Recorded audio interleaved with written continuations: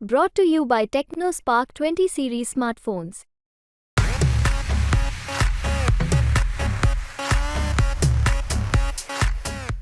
अरे आतंकवाद का हा शेतकरी शेतमजुरांच्या विरोधात आहे. काश्मीर और कन्याकुमारी तक अगर कोई मर गया होगा, अगर किसी का खून हुआ होगा तो मेरे किसान और मजदूर भाई का हुआ है. उसका बदला लेना है हमको, उसके लिए खड़ा होना है. आज पावले पावले आमचा शेतकरी आत्महत्या करतोय. जो एका दाण्याचे 100 दाणे करता, जो दगड फोडून त्याचे लहान लहान तुकडे करतं, त्याच्या हातात येतं काय ते बघा.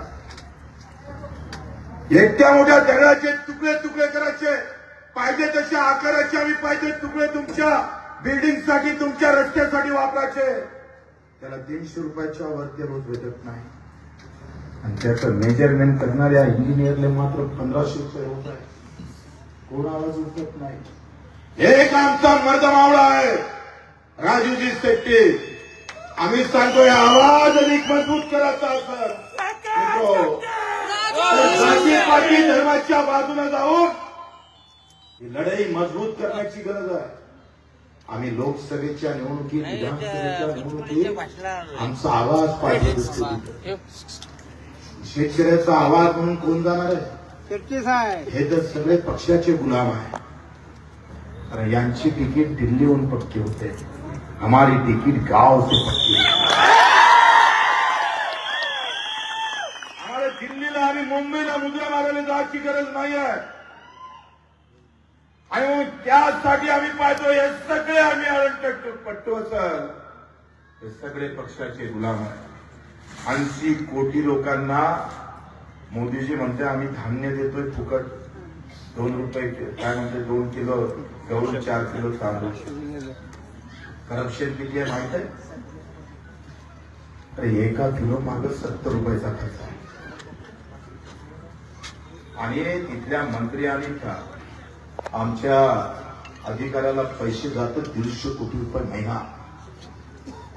योजना गरिबाच्या नावानं आहे, मलिदा मात्र दुसरा स्थान. तुम्हाला आम्हाला या सगळ्या भिकार चोट योजनेमध्ये गुंतून ठेवण्याचा प्रयत्न केला जातो. अरे आम्ही पाहतोय कित्येक वर्षापासून शरद जोशी साहेबांना एक मान लिहिली होती त्या भिंतीवर. मला अजूनही आठवतं, भीक नको हवे घामाचे दाग. 75 वर्ष उलटून गेलं. या देशात प्रभू रामचंद्राचं राम मंदिर झालं, आनंदाची गोष्ट आहे. पण ज्यानं खांद्यावर शेतकऱ्याचा हा झेंडा घेतला, त्याचा बाप पाय घसरून आत्महत्याच्या दारावर उभा आहे. हा प्रभू रामचंद्राचा आदर्शवाद नाही है. मंदिर तो बना दिया मोदी जी, लेकिन भक्त मर रहा है आपका, राम भक्त मर रहा है. मित्रों, हे व्यवस्थेच्या विरोधात लढणं शिकता आलं पाहिजे.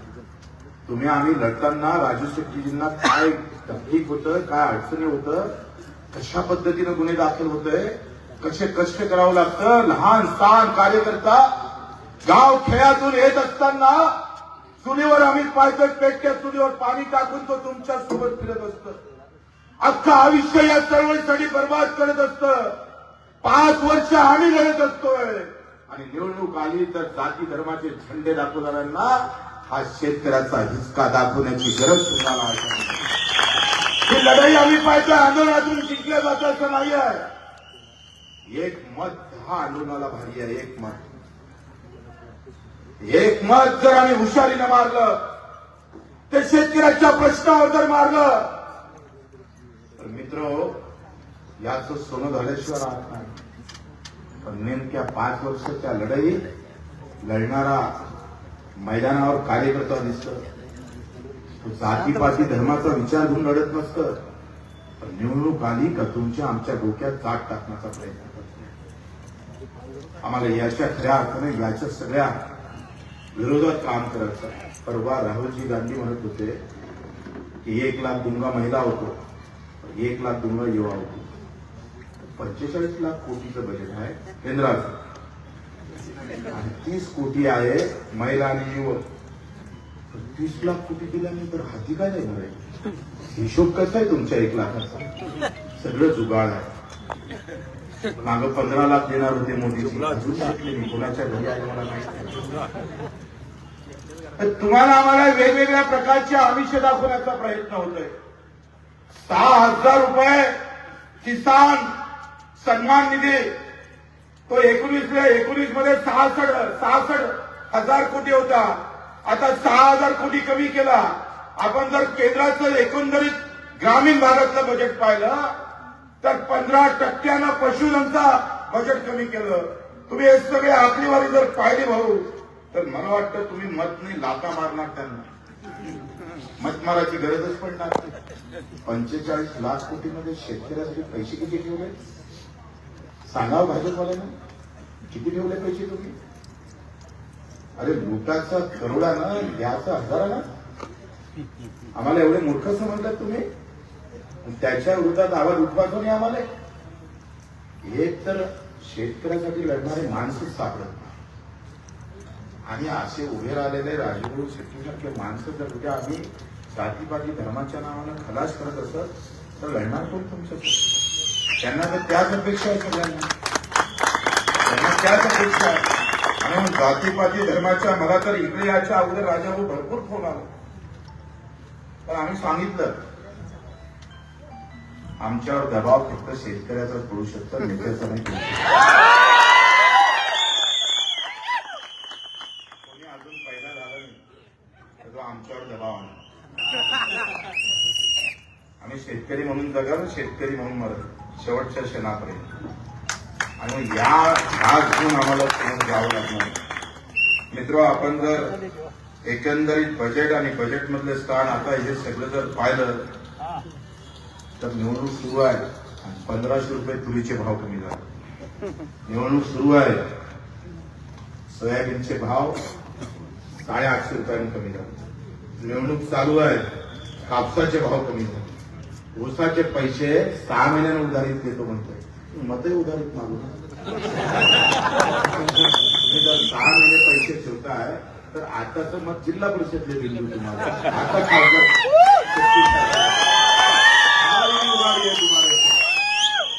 आम्ही उधारीत म्हटलं पाहिजे. तुम्ही जर 6-6, 7-7 महिन्याला जर पैसे देत असं म्हणत असाल तर हमारी भी उधारी है. सबका साथ सबका विकास, शहर वाले को 2.5 लाख और गांव वाले को 1.25 लाख, ये सबका साथ सबका विकास नहीं हो सकता. 1,500 रुपये महिना आमच्या श्रावणबाळ संजय गांधी वर्गांना भेटतं, 3-3 महिने भेटत नाही, अजून आलं नाही पेन्शन, अजून आलं नाही म्हणतात. म्हणजे तुमच्या सामान्य माणसावर कुठेही लक्ष नाहीये. व्यवस्थित प्लॅन आहे, बहुत अच्छा प्लॅन आहे. ते आम्हाला समजायला 20 वर्ष लागतात, 5 वर्ष लागणार पाहिजे. आता तुम्हीच सांगा, एमआरजीएस मध्ये काम करणाऱ्या मजुराला मजुरी 24 तासाच्या आत द्यायला पाहिजे, त्याची मजुरी 3 महिने मिळते. केंद्राची योजना, जो मजुरीचं काम करतो, गफलत कशी आहे मी तुम्हाला सांगतो, मी संपवतो. आणि हा लढा आम्ही त्याच्यासाठी लढतोय. आम्ही जे काही लढाई लढतोय त्याचसाठी लढतोय. अरे त्याला 2 पाय नाही, हात नाही, डोळे नाही, त्याचा पगार जर 3-3 महिन्यांना देत असाल आणि एवढी जर नालायकी आमच्यासोबत करत असाल तर आम्ही तुम्हाला सोडणार नाही, सांगण्यासाठी सभा आहे. 1,500 रुपये महिना आपण कबूल केला आणि केंद्राचे पैसे 200 रुपये 3 वर्षापासून आले नाही. केंद्र 200 रुपये घरकुल पाळायला लावलं आणि 4था हप्ता आलाच नाही 2 वर्षापासून. मी 2 वर्ष झालं पाडलंय, मला देतो म्हणून यादीत नाव आले, अजूनही पत्ता नाही. जिथं जिथं गरीबाची संबंध येतो तिथं तिथं सगळं उशिरा होतं. कलेक्टरचा पगार 5 तारखेच्या, आमदाराचा पगार 5 तारखेच्या, गावच्या तलाट्याचा पगार 5 तारखेच्या, अपंगाचा पगार 3 महिन्यानं भेटणार. बँकेच्या अधिकाऱ्यांच्या मनाप्रमाणे ते पण साहेब. मित्र, ही लढाई तुम्हाला आम्हाला धर्म आणि जातीच्या नावाने कमजोर केलेलं. हे काय होतं आमच्यासोबत? अरे संख्येनं जर आम्ही जास्त आहे, देशामध्ये आमची संख्या 70 ते 60 कोटी पर्यंत आहे. मग बजेटमध्ये, राज्याच्या बजेटमध्ये 5 लाख कोटीच्या बजेटमध्ये 20,000 कोटी ठेवले आहे. 5 लाख कोटीच्या बजेटमध्ये 20,000 कोटी फक्त. आणि कर्मचाऱ्याची संख्या 20% आहे, 20 लाख आहे, 20% त्याचं बजेटमध्ये 3.5 ते 2.5 लाखापर्यंत, 3 ते 2.5 लाखापर्यंत तुमच्या वाट्याला येते किती? हा विकास सडके बांधून किंवा काय म्हणते फुलं बांधून होणार नाही. त्या सोबतच जिथपर्यंत भाव भेटणार नाही. आज कारखानदारी आमच्या गावातली आमच्या शेतकऱ्याची पोराची असून सुद्धा आम्हाला आंदोलन करावं लागतं, ही शर्मिंदाची गोष्ट. शेतकरी जर कारखानदार असेल आणि तो आमच्यासोबत न्याय करायचा करत नसेल आणि तिथं आंदोलन करायची वेळ असेल तर याच्यासारखं दुर्दैव काय? आमच्याच भावानं आमच्याच लेकानं एखाद्या आईने घरातून बाहेर काढल्यासारखा ही बेमानी आहे. म्हणजे कारखानदारातून पैसे कमवायचे आणि दुसऱ्या हातानं मते घ्यायचं तर ते मत घेणारे हात छाटावला लागला. तुम्ही इमानदारीनं वागत असाल तर त्याच इमानदारीनं मत द्यायला आम्ही तयार आहोत. पण बेमानीतून काटामारीपासून तर रिकोरीपासून आम्हाला घुमत असाल तर ही वेळ आहे. ज्या हातानं आम्हाला तुम्ही छाटलं तेच हात आम्ही छाटल्याशिवाय राहणार नाही. हे भूमिका खऱ्या अर्थानं आम्हाला दाखवावी. आणि म्हणून आपल्या सर्वांना पुढची इस्लामपूरची पण सभा आहे, समोर पण जावं लागत आहे. आणि म्हणून सगळ्यांना विनंती करतोय, मी 700 किलोमीटरहून आलोय. माझ्या भागात सगळ्यात जास्त आत्महत्या आहे, सगळ्यात जास्त. लोक असं म्हणतात का कोल्हापूर आणि इकडे पश्चिम महाराष्ट्रात ऊस आहे म्हणून थोडं बरं आहे असं म्हणतात. पण इकडे आल्यावर काही लोक असं म्हणतात दुधाचं साधं भेसळ, फक्त भेसळ जरी थांबवली तरी कोणाले गाडीला हात लावायची गरज नाही. पण याची अवकात नाही, हे भेसळ सुद्धा थांबू शकत नाही. कांद्यावर निर्यात बंदी केली. देशाच्या पातळीवर कांद्याचे भाव 6,000 रुपये क्विंटल आहे आणि देशातला शेतकरी 1,300 रुपये क्विंटलनं कांदा विकतो आहे. तुमचे 6,000 रुपये फेकून मारतो आम्ही तुमच्या तोंडावर. आम्हाला किमान देशातले भाव ज्यावेळी जर भाव भेटत असेल तेव्हा जरी ते भेटू दिले असते तरी शेतकरी सुखी झाला असता. व्यवस्थित त्यांना माहित आहे तर तुमच्या डोक्यात जात आणि धर्म एवढा टाकला आहे का तो निघून निघत नाही. आणि इथंच आमची कमजोरी आहे, ही कमजोरी आहे, हे कळावं लागेल. एकतर धार्मिक म्हणून मुसलमान हिंदू म्हणून पाठवलं जातं आणि हिंदूतला ओबीसी किंवा मराठा किंवा एससी म्हणून पाठवलं जातं. ते व्यवस्थित प्लॅनिंग आपण हद्दपार केली पाहिजे मित्र. शेतकऱ्याची लढाई थांबता कामा नाही. एक राजू शेट्टींना इथून पाठवणं म्हणजे एक आंदोलन सक्सेस होणार, लक्षात ठेवा. आवाज मोठा करणार.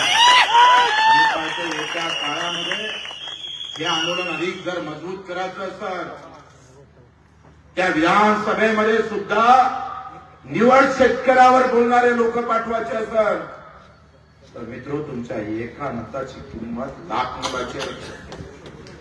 हे निवडणूक फक्त आम्ही पाहतोय हातकणंगलेपुरती मर्यादित नाही, कोल्हापूर सांगलीपुरती मर्यादित नाही. या निवडणुकीचा संदेश अख्ख्या देशभर जाणार आहे. तुम्ही चुकला म्हणजे आंदोलन चुकणार आहे. तुम्ही जातीपाती धर्मावर गेले म्हणजे आम्ही पाहतोय शेतकऱ्याची लढाई थांबणार आहे. चुकू देऊ नका. रात्रीचा दिवस करा, दिवसाची रात्र करा, रक्ताचं पाणी करा आणि एक डाव ही चिठ्ठी लोकसभेत जाऊ द्या अशी विनंती करतो.